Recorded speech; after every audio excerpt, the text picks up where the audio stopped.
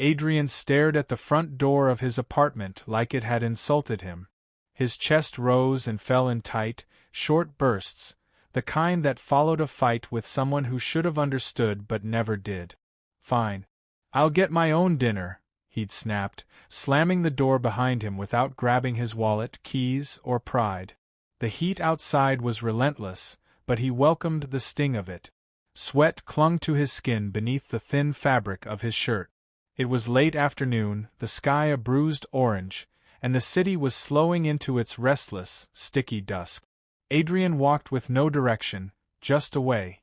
Away from Jack. Away from the apartment they shared but hadn't truly lived in for months. They hadn't had a real conversation in weeks. Jack was all routine now. Work, gym, silent dinners, early bedtimes. Passion had dried into politeness. Affection turned into habit. Adrian missed the heat, of hands under shirts, of words whispered at midnight, of being seen. These days, Jack barely looked at him. And when he did, it was like scanning a grocery list, not reading a love letter. At the corner, Adrian stopped in front of a bus shelter. The number 11 was pulling in, its brakes sighing like even it was exhausted by the day. Without thinking, Adrian stepped aboard. "Fare, please," the conductor said, voice smooth with a subtle edge. Adrian froze. His hand instinctively patted his empty back pocket. I left my wallet. I'm sorry. I didn't mean to." The conductor eyed him. Not with anger. Curiosity, maybe. Something else. He was striking. Mid-20s, close-shaved head, dark eyes that didn't blink when they locked onto you. His name tag read Dante. "No fare?" he asked, his mouth tilting into a crooked grin. "What are we going to do about that?" Adrian felt a flicker of something he hadn't felt in ages. Danger. Not the scary kind. The thrilling kind. The kind that curled inside your chest and whispered, "Say yes. Break the rule." "I really don't have it," Adrian said. "You can throw me off. It's fine." "Nah," Dante said, waving him in. "I don't toss out pretty passengers. Maybe you can pay in other ways." Adrian blinked. His breath caught, half in laughter, half in shock. "Excuse me." "Just teasing," Dante said, but his gaze lingered a moment longer than casual. "Go on, take a seat." The bus shuddered forward. Adrian moved to the back, trying to steady his pulse. It wasn't just the heat. It was him. That conductor. Dante. He'd been flirted with before, briefly, carelessly, but this felt intentional. Unapologetic. The way Dante's eyes trailed over him as he walked, the way his voice pressed against Adrian's skin even from 20 feet away. The bus thinned out after a few stops. Office workers melted into sidewalk. Couples climbed down hand in hand. Adrian stayed. So did Dante. Adrian tried not to look. Failed. He watched Dante chat with a passenger, then punch in numbers on the console, then, he was looking back. Directly at him. The corners of Dante's mouth curled again. It wasn't a smirk. It was an invitation. Adrian swallowed. Jack's face flickered in his mind for the briefest second. Then it vanished. All he could see now was Dante. The conductor moved. Step by step, down the aisle, slow and deliberate, like he had nowhere else to be. He stopped a seat away from Adrian. "This your usual route?" Dante asked. "No," Adrian said. "First time. I'd remember if it wasn't." Adrian let out a nervous breath. "You flirt like it's your second job." "Maybe it is," Dante said, leaning against the seat rail. "Some people pay cash. Others offer energy." Adrian turned to look out the window, just for a second, just to escape the heat building in his chest. "I'm taken," he said quietly. Dante didn't flinch. "Doesn't mean you're wanted." Adrian's gaze snapped back. "That hit too close. Too clean." "I didn't mean," Dante started then stopped. "No, I did mean it." Adrian stared at him, stunned by the audacity. But also by the accuracy. The bus pulled to another stop. No one got on. No one got off. "I should go," Adrian said, standing. "Next stop's a few minutes," Dante said. "You're free to sit and think." Adrian sat back down slowly. A quiet settled between them, thick with everything unsaid. The city outside blurred as they moved. The air was warm, the kind that makes you sweat before you move. Adrian could feel Dante's eyes still on him. He didn't move away. Dante leaned in, barely inches from Adrian's ear. His breath was warm, honey-slow. "You didn't have the fare," he murmured, "but you stepped on anyway. That tells me something." Adrian turned his head, close enough now to see every detail in Dante's eyes. There was no judgment in them. Just invitation. Permission. "Yeah," Adrian said, voice low. "And what's it tell you?" Dante smiled. "That you're looking for a different ride." The bus rumbled on. The city slid past in streaks of orange and gray as the bus carried them forward, but time had narrowed for Adrian. All that remained was the space between him and Dante, the charged air, the rising ache of attention finally returned. He hadn't meant to stay on this long. The route should have ended for him 10 minutes ago. But Dante hadn't told him to leave, and Adrian hadn't wanted to. Not yet. The bus was nearly empty now. A teenager with earbuds stepped off at the last stop, leaving only the hum of the engine and the low rustle of Dante moving closer. "Still no wallet?" Dante asked, voice smooth, teasing. Adrian looked up, heart thudding. "Still no fare." Dante chuckled, low in his chest. "Then I guess you owe me." Adrian raised a brow. "Is that how it works?" "It's how I work." There was no one left to overhear them. The driver up front didn't seem to care, either on break or asleep in his indifference. They were alone in the stale heat of a slow-moving bus, and every second crackled with risk. Dante took a seat beside Adrian this time. Not across. Not near. Beside, thigh to thigh, arm to arm. Close enough for Adrian to feel the conductor's body heat, the slight shake of the seat as the bus rolled over a pothole. Adrian didn't move away. "You ever been touched by a stranger?" Dante asked suddenly. The boldness knocked the breath out of him. "Why would you ask that?" "Because I'm about to be one, and you haven't said no yet." Adrian opened his mouth, then closed it. The truth was simple and ugly. He hadn't said no. And he wasn't going to. Dante's hand brushed his knee, deliberate, firm. Adrian's breath hitched. It wasn't just touch. It was contact with intention, with hunger. "This is insane," Adrian murmured. Dante leaned closer, lips grazing the shell of Adrian's ear. "That's why you're still sitting here." Adrian turned his head, barely, and met him in the space between breath and decision. Their lips didn't meet, not yet, but the nearness alone burned. The bus slowed to a gentle stop, deserted lot, a service station. No other passengers. No eyes. Dante stood and looked toward the front, then tapped the driver's seat. "Taking 10. Don't go anywhere." The driver raised 2 fingers without turning. Dante turned back, gaze locked on Adrian. "You coming?" Adrian's legs moved before his mind caught up. They stepped off the bus together. Around the side. A narrow maintenance alcove, shielded from the street by metal and shadows. It was nothing special, and yet, the moment felt electric. "You sure?" Dante asked, finally, voice low, serious now. Adrian looked him in the eye. "I haven't been sure about anything in a long time." That was all Dante needed. He pushed Adrian gently against the side panel of the bus, their bodies aligning like puzzle pieces.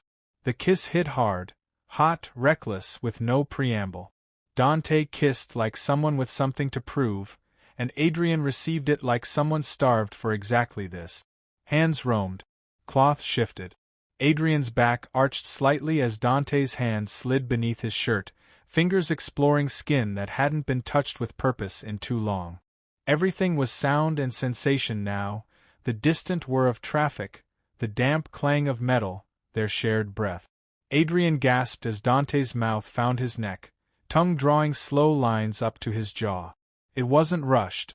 It was deliberate. "Say you want this," Dante murmured, lips against Adrian's throat. Adrian didn't hesitate. "I want this." Dante's hands explored further, bolder, rougher. Adrian responded in kind. His guilt had drowned beneath desire now, replaced by the primal thrill of being wanted. Not tolerated. Not scheduled. Wanted. The act itself unfolded in the semi-dark, bodies pressed, clothes hiked, friction mounting in tight, heated strokes. It was messy, shameless, and real. Adrian clung to Dante's back, moaning softly, his body betraying every loyalty he once believed sacred. And for those minutes there was nothing else. No apartment, no Jack, no responsibilities, only touch, only sensation, only this. When it was over, they stayed close for a moment, foreheads touching, breath shared in the silence. Dante pulled back first, adjusting his uniform with the calm of someone who'd done this before, maybe not exactly this, but something close. He handed Adrian a folded slip of paper, not a number, not a note. A transfer ticket. Adrian blinked at it. "This rides on me," Dante said, the grin returning. "But next time, maybe don't forget your wallet." Adrian exhaled a shaky laugh. "Wasn't part of the plan." "Neither was this," Dante replied, eyes twinkling. Adrian pocketed the ticket and followed him back onto the bus. They didn't speak again as it rolled forward, the city swallowing them back into its rhythm. But Adrian didn't feel like the same man who stepped on that bus. Something in him had cracked open, and something else had poured in. He stepped off 3 stops later. Shirt wrinkled, heart racing, mouth still tingling from Dante's kiss. And in his pocket, the ticket. His first proof that someone had wanted him, not for what he provided, but simply for being there. The apartment smelled like rosemary and garlic when Adrian opened the door. His stomach clenched, not from hunger, but from the sudden weight of reality crashing back in. Jack stood at the stove, shirt sleeves rolled up, sautéing something with the ease of a man who'd had too much practice cooking for two, mostly alone. "You're back early," Jack said, not looking up. "Thought you stormed out for good this time." Adrian tried to smile. "Didn't get far." He moved further into the room, the scent of the meal clinging to him, warm and domestic. A cruel contrast to the musk still lingering on his skin from the alley behind the bus stop. He hadn't showered. Hadn't even changed. Just walked home, riding the high of being wanted, only to crash into the familiarity of being expected. Jack finally turned. His face was softer than it had been earlier, open, even. "I made the lentils the way you like them. And roasted some squash." Adrian nodded, but the words caught in his throat. He sat at the table, palms pressed flat against the cool wood. Jack moved around the kitchen with unconscious grace. Comfortable. Predictable. Safe. Too safe. "Listen," Jack began, setting down 2 plates. "About earlier you were right. I have been distant. I've been working too much, and I know that's not an excuse. I've just been off. But I've been thinking lately. Maybe we need something to shake us out of it." Adrian stared at his plate, unable to meet his partner's eyes. "I booked a weekend for us," Jack said, sitting across from him. "Just us. A cabin. No emails, no phones. Just time. Time." Adrian's chest tightened. He thought of Dante's hands, the heat of his mouth, the way he'd said "say you want this." And how easily, how eagerly, Adrian had said "I do." Jack reached out, fingers brushing the back of Adrian's hand. It should have comforted him. It didn't. "That sounds nice," Adrian said flatly, pulling his hand back under the table.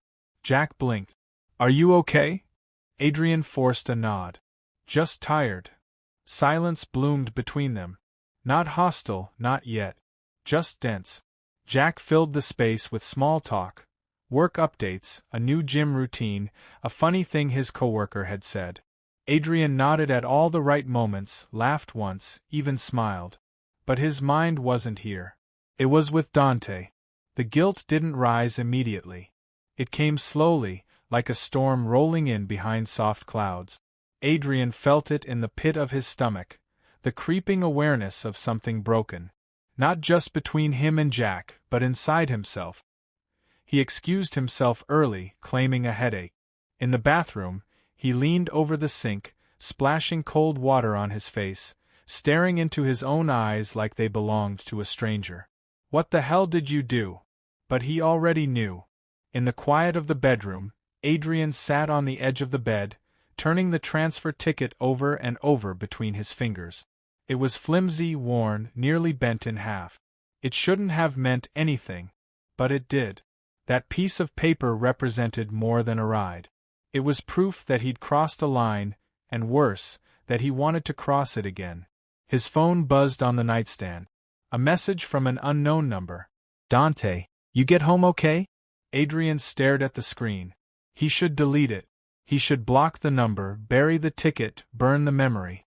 He should crawl into bed beside Jack and whisper apologies he hadn't yet earned. Instead, his thumbs moved. Adrian, I did. Another buzz, almost instantly. Dante, good. Didn't want my favorite passenger getting lost. Adrian let the phone fall onto the comforter beside him. He lay back, staring at the ceiling, heart racing again, but not from fear. From the unbearable thrill of wanting more. Jack entered quietly a few minutes later, carrying a glass of water. He placed it on the nightstand. You sure you're okay? Adrian nodded, eyes closed now. Yeah. Just long day. Jack hesitated, then sat on the other side of the bed. He didn't touch Adrian. Didn't press. They both lay there, two bodies with history but no longer heat. As Jack drifted into sleep, steady breaths rising and falling, Adrian turned to face the wall. His back to Jack. His hand brushing the edge of his phone. He unlocked it again. Adrian, do you ride that route every day? The reply came a minute later. Dante, only when someone interesting might be waiting. Adrian smiled, just a little. Just enough to hate himself. 3 days later, Adrian stood at the same bus stop, palms sweating despite the morning chill. He hadn't told Jack he'd taken the day off work. Hadn't even kissed him goodbye. Just rolled out of bed early and left the apartment quietly, like a thief. He kept telling himself he was just going for clarity. To see Dante again. To decide. As if desire wasn't already pulling him by the throat. The bus hissed up to the curb, just like last time. Adrian stepped aboard. And there he was. Dante. Uniform crisp, expression unreadable, but his eyes? Still locked in that same quiet challenge. He didn't smile this time. Didn't flirt. Just handed Adrian a ticket. Fare? He asked flatly. Adrian stared at the small slip of paper between them. I brought cash. Dante looked down at the bills, then back up. I liked it better when you didn't. Adrian took his seat at the back without replying. The heat between them hadn't cooled.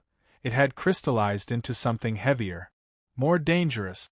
Like they both knew the next move would matter in a way the last one hadn't. Halfway through the ride, Dante approached. No smirk. No teasing. You're back. I needed to see you again, Adrian said plainly. Dante folded his arms. Why? Because I don't know what the hell I'm doing. That's honest. Adrian looked out the window.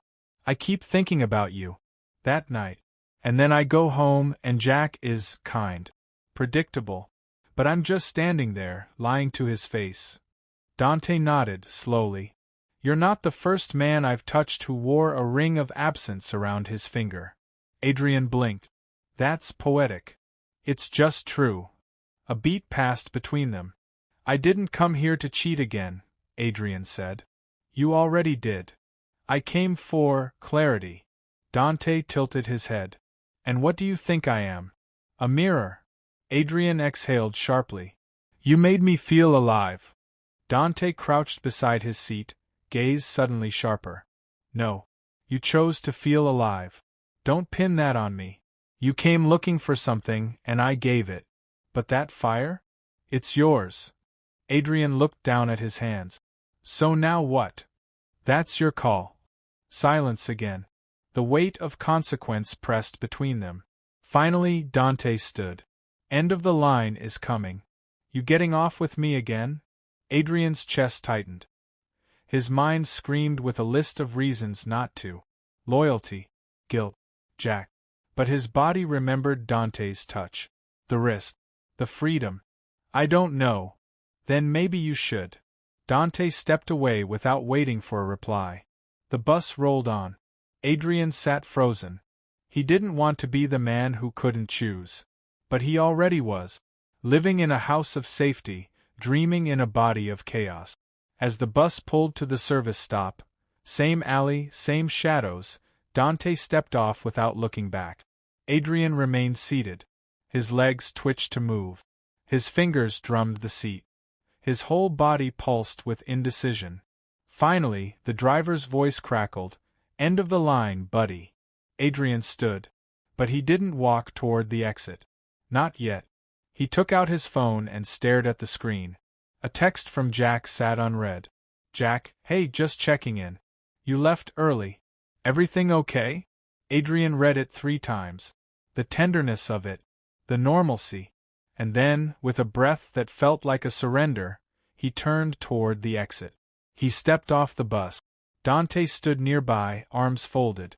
"You always take this long deciding who you are?" Adrian approached him. "I think I already decided." And Adrian didn't speak. Instead, he reached into his pocket and pulled out the transfer ticket Dante had given him days ago. He tore it cleanly in 2 and dropped it into the trash bin beside the alley. Dante didn't react, just nodded. "So that's your answer." Adrian stepped closer. "I want Jack again. And I won't figure that out here." Dante gave him one last look, equal parts heat, respect, and finality. "Then go." Adrian nodded. He didn't look back as he walked away. He got home before noon. Jack was still in sweats, sitting on the couch with a coffee, working through some emails. He looked up, surprised. "Everything okay?" Adrian sat down beside him, closer than usual. "No. Not yet. But I want it to be." Jack set his mug down. "You want to talk?" Adrian hesitated. "Eventually. But for now, I just want to be here. Really be here." Jack reached for his hand. This time, Adrian didn't pull away. He didn't tell Jack about Dante. Not yet. Maybe not ever. But inside, something had shifted. A decision made. Not out of guilt, but out of choice.